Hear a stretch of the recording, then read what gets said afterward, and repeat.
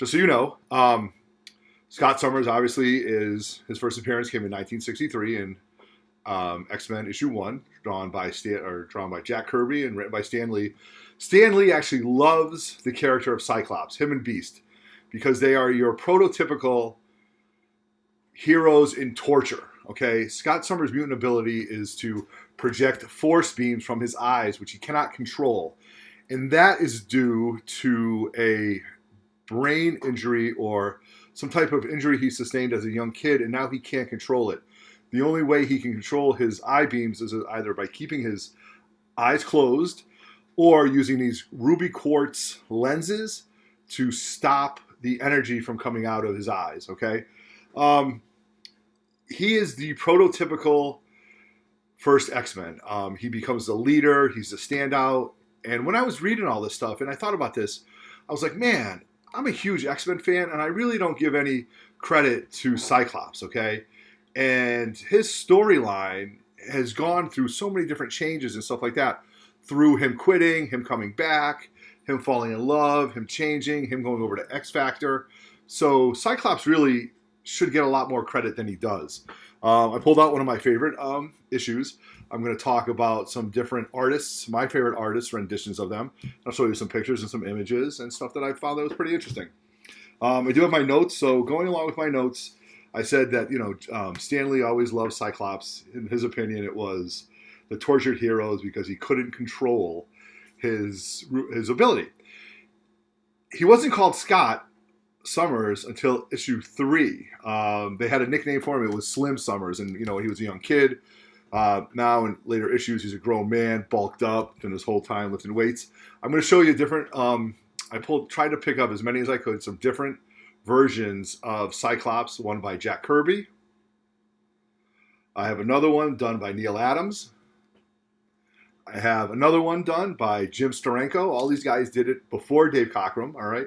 Now we also have my favorite, which is Dave Cockrum. And then we get into the John Byrne classic X-Men. Great covers. And then I also threw in some John Romita Jr. Cyclops, because that was a fun run too. And also honorable mention goes to Walt Simonson's Cyclops from X-Force. All right. Very cool, different iterations of Cyclops and his powers, okay? Let's see, what else did we want to talk about? I'm just going over my notes. I got some stuff here. When Cyclops is 16, he kind of runs away from an orphanage, supposedly. That's what we understood. He's in New York City. He panics. He throws out his force beams, and he destroys like a crane. And the crowd starts calling him a mutant, a freak, and creates this lynch mob. They go after him. Professor Xavier is there. He uses his ability to save Scott and then also erase everybody's memory, which you've seen him do throughout the movies. And I don't know where that backstory, in what issue that backstory is, but pretty neat. He's always been in love with Jean Grey. He never really wanted to admit it at a young age, but he's always been in love with Jean Grey. He's also had some, other romantic interludes with some other characters, Colleen Wing and stuff like that. But Jean Grey has always been the love of his life. And you'll see that when they fight for her life, pretty much. Let's see. He believes his parents died in a plane crash. And that's not necessarily true. What happens is he turns out that his parents were stolen or kidnapped into slavery by the Shahir Empire with Lilandra, the Starjammers, and Corsair it turns out that Corsair is his father. And I really wasn't kind of digging that stuff. Dave Cockrum introduced it. I don't like the space stuff. I like when the superheroes are grounded to the Earth, the mutants. But it's okay. It's okay. And it becomes pivotal in the death of Phoenix. So Corsair, Cyclops doesn't find out that Corsair is his father for many, many years after. Jean Grey actually finds out because of her telepathic ability. But it doesn't really come out, later on. All right. His optic blasts, which are pretty neat, can deliver concussive pulverizing force, which he can control through his visor. And through all the different pictures that I've shown, you can see that his visor is always done differently by other artists. I like the one where he has like a little bit of a dial, which he can change the lens to give a very fine beam, or an all-out force blast that'll bust holes through concrete and bust holes through walls. All right. I usually use Marvel Universe, the handbook, to find out what their powers are, because before Google, that's all I had, to look up what their powers were and stuff like that.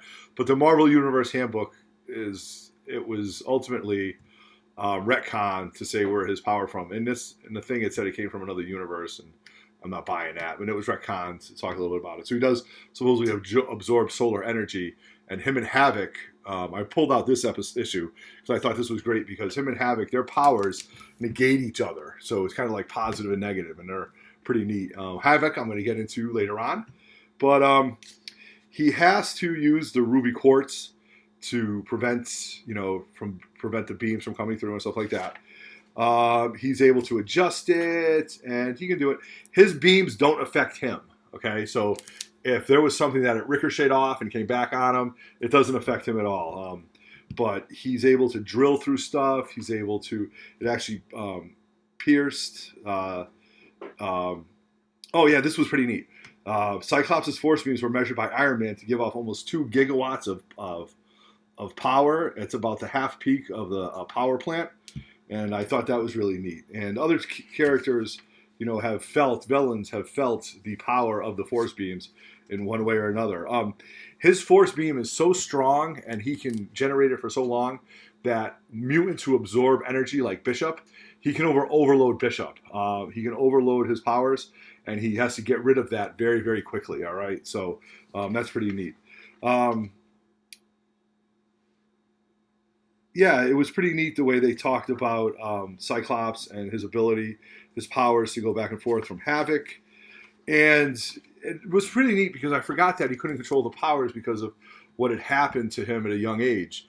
And that's pretty neat. So I also brought up X-Men 135, 136, and 137, which are great, great covers that give Cyclops front and center, okay?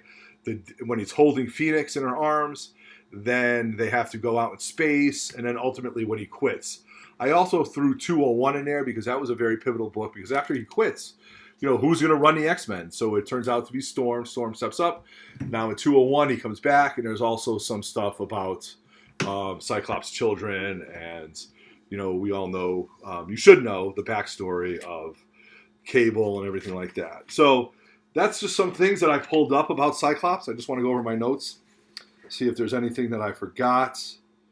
The Jim Lee stuff, the X-Men Blue and Gold, all that stuff. Great renditions of Cyclops, but, Death of X, good versions of it, just not what I was really kind of reading at the time, when I was really getting into this. I only like to focus on X-Men 1 to 300 because that's what I collect as a collector, and, what I really, really like. So I've, talked about Cyclops in a way. I talked about his powers, his ruby quartz, some of his love interests. I showed you some great pictures of him, and I want to keep these videos short.